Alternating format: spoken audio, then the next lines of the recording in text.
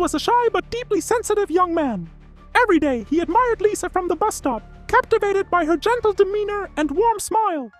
Too nervous to speak, he decided to pour his feelings into a heartfelt love letter.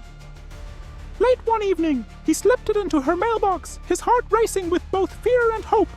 The next morning, Paul's world collapsed. Laughter echoed from Lisa's apartment.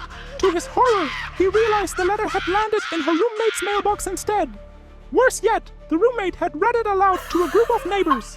Humiliated, Paul retreated to his apartment, dreading what might come next. To his surprise, Lisa knocked on his door later that day.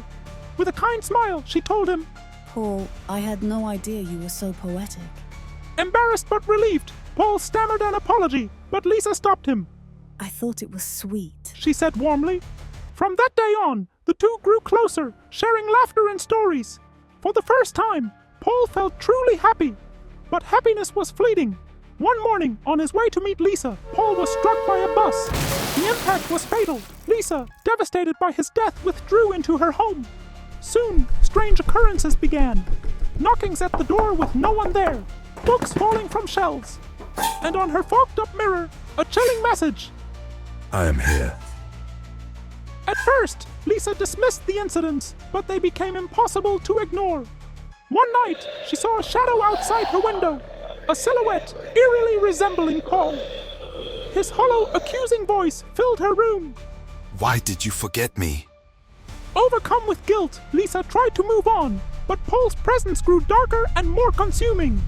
One night, as Lisa attempted to flee the house, the door slammed shut on its own. Smoke rose from the walls, and Paul's voice whispered, Here you let me die. Now you'll burn with me.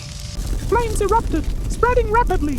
Lisa tried to escape, but the fire seemed alive, chasing her. By morning, the house was nothing but ash.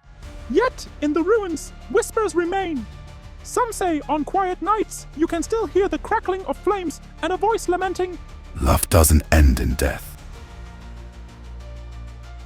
Oh, Paul, you little pyromancer. You didn't have the courage to talk to her, but burning down an entire house. That's true dedication, my boy. Respect for taking the flames of passion literally. And Lisa, well, I guess she just couldn't handle the heat. Some people just don't know how to appreciate real love, do they? But hey, no worries, Paul. I'm sure you're both united in the ashes now.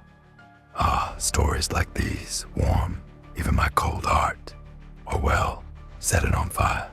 So folks, how would you rate Paul's declaration of love on a scale from 1 to burning passion?